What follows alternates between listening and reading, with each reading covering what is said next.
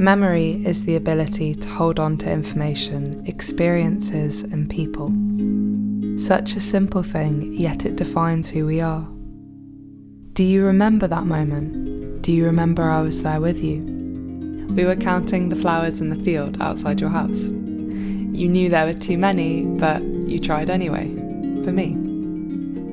The first kiss, the first smile, the first time a hug made you feel safe. Little moments that give us purpose, that keep us from feeling lost. Do you remember? I know it's not easy. Close your eyes, picture the flowers. Do you remember now? It's okay if you don't. I'll remember for the both of us, and I'll hold on to it for as long as I can.